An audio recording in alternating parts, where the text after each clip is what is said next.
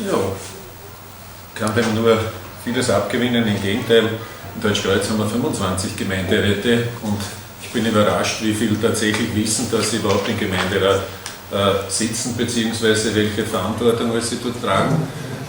Wir haben schon seit längerem die Liste Burgenland darauf hingewiesen, dass die Kompetenz eines Gemeindevorstandes eigentlich die sein sollte, dass er auch mit finanziellen Mitteln ausgestattet werden soll, aber auch die Verantwortung zu tragen hat. Wir haben auch klipp und klar gesagt, weg von der Kameralistik hin zu einer Bilanzbuchhaltung, um das leichter zu überschauen. Das wurde Gott sei Dank jetzt im Land durch meinen Antrag irgendwo angedeutet, dass man hier sich überlegt, das zu ändern. Viele Dinge im Land sind schon sehr interessant, wenn ich das jetzt runterbreche auf das Land. Und ich muss dazu sagen, dass der Herr große Verhandler, Chefverhandler Nissl jetzt im Bund zum 3. Mal verhandelt über Reformen und im Endeffekt herausgekommen ist noch nichts. Und da frage ich mich, er sollte mal nicht im Bund einmal nur Verhandler spielen, sondern er sollte im Land schauen, wo es lang geht und hier die Verwaltungsreform endlich einmal angehen. Das Gleiche gilt natürlich, herabgebrochen dann wieder auf die Gemeinde zurückkommen. Man braucht einen Amtmann, okay, aber warum sollte er unbedingt ein Beamter sein? Den bringt man überhaupt nicht weg, wenn er keinen goldenen Löffel gestohlen hat. Der kann machen, was er will im Endeffekt. Und auch solche Dinge gehören endlich einmal bereinigt. Proporz, sowieso die große Frage im Land. Hier wehrt sich noch die ÖVP. Sie sagt zwar, sie ist verhandlungsbereit, aber im Endeffekt zeigt sie noch auf, dass sie die Stärke hat, weil eine Zweidrittelmehrheit gebraucht wird, um das zu ändern. Der Herr Landeshauptmann sagt seit Jahren, er will den Proporz abschaffen, ist aber nicht imstande, das zu tun. Daher ist es unsere Intention, nochmal darauf hinzuweisen, dass vieles im Land in dieser Richtung nicht passt. Es ist keine Reform eingeleitet, vieles in den Gemeinden nicht passt. Auch hier gehört einmal nachgedacht, die Gemeindeordnung neu überdacht, die Gemeindewahlordnung neu überdacht. Und was natürlich entscheidend auch ist, was für mich dazugehört, ist diese Zweitwohnsitze. Zweitwohnsitze, wir müssen das alles erhalten in der Gemeinde, das kostet uns viel Geld, wir bekommen aber keine dementsprechenden Mittel und außerdem in Gemeinde Wien oder in der Stadt Wien ist der Mensch das Dreifache wert wie in Burgenland, das kann es nicht sein. Viele solche Dinge haben wir aufgezeigt, haben wir Anträge eingebracht, passiert ist nichts, außer dass der Herr Chefverhandler im Bund jetzt groß verhandelt und wahrscheinlich wieder mal nichts herauskommt. Einen Punkt, und der liegt mir auch besonders am Herzen, weil das Südburgenland massiv betroffen ist, ist mit den Ortsvorstehern. Hier ist absolut nicht klar, wer die Kompetenz hat, Ortsvorsteher zu installieren und welche Befugnis als Ortsvorsteher. Man hat sich in den letzten Jahren nie Gedanken gemacht, wer eigentlich solche Dinge in die Welt gesetzt hat oder wie man es ändern kann. Man lässt es immer wieder laufen und daher ist es unsere Aufgabe seitens der Liste Burgenland darauf hinzuweisen, um solche Punkte nicht nur aufzuzeigen, sondern auch zu ändern. Daher ist unsere Forderung weiterhin klar, endlich einmal Reformen anzugehen, bringen erstens einmal viel Geld und zweitens einmal für die Gemeinden auch Kompetenzen, wo Leute arbeiten wollen und sollen, aber auch mit Kompetenzen ausgestattet werden. Man braucht keine 25 Gemeinderäte, man braucht keine 7 Gemeindevorstände und speziell schon nicht bezahlte. Es hat es schon einmal gegeben, vor zig Jahren, dass die Gemeindevorstände, die keine Kompetenz, keinen Bereich angenommen haben, auch dementsprechend nicht honoriert wurden, sondern als normaler Gemeinderat dann bezahlt wurden. Ich glaube, das wären einige Punkte, ich will mich da nicht verbreitern, da gibt es ja mehrere Dinge noch, aber ich glaube, das wären wichtige Entscheidungen. Und wenn man das dann runterbricht auf die ganzen Verbände etc., wo sie entsendet werden und hingeschickt werden, das gehört auch alles neu überdacht wird, auch die sollten ja nach der Gemeindeordnung arbeiten, das geschieht dort auch nicht und kriegen dementsprechend bezahlt. Zur Kontrolle möchte ich auch klar sagen, es sollte die schwächste im Gemeinderat vertretene Fraktion den Kontrollausschuss Obmann stellen.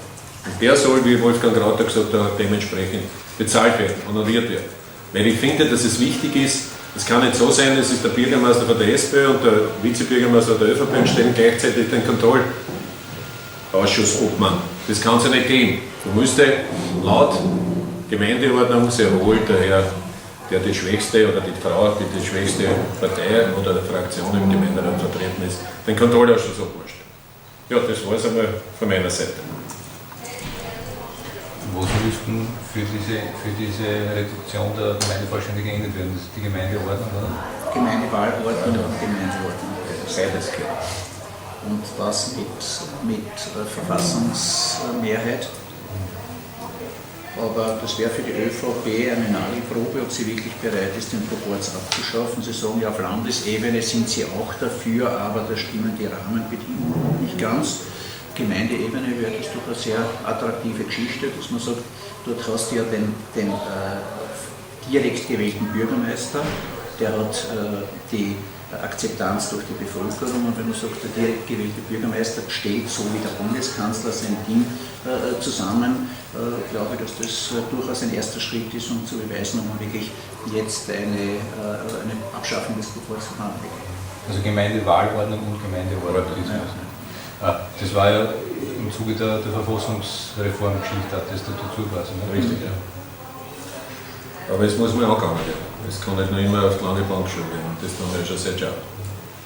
Aber ist es gescheit, dass man generell ganz gleich wie groß die Gemeinde ist, 3 Vorstandsmitglieder hat? Je größer die Gemeinde ist, desto mehr hauptberufliche Mitarbeiter hast du. In Eisenstadt hast du ja einen Magistratsdirektor, da hast du einen Baudirektor und so weiter. Das heißt, in den größeren Gemeinden ist es so, dass du genügend hauptberufliche Mitarbeiter hast, und die Problematik ist eigentlich in jeder Gemeinde die gleiche, egal ob das jetzt Schanigraben ist, auch die müssen sich mit Bauangelegenheiten auseinandersetzen, mit Meldeangelegenheiten, haben auch die volle Palette. Daher glaube ich, dass das durchaus vertretbar ist, dass man sagt, überall 3 Vorstandsmitglieder.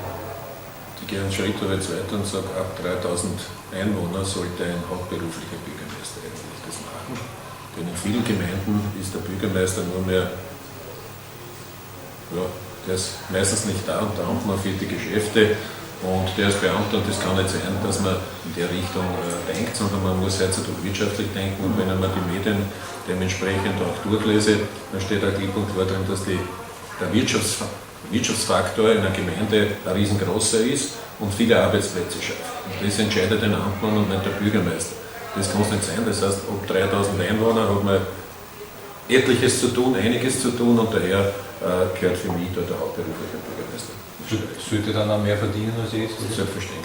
Habe ich kein Problem, weil auf der anderen Seite spart man das Dreifache ein, und der sollte ein bisschen mehr haben, weil er tragt ja auch die Verantwortung, er steht ja mit einem Fuß jetzt beim Kriminell, sei es Bausachen, sei es andere Dinge, er ist immer wieder im Mittelpunkt, und daher habe ich kein Problem, wenn der Bürgermeister soll das und das verdienen. In anderen Bundesländern ist es sowieso so.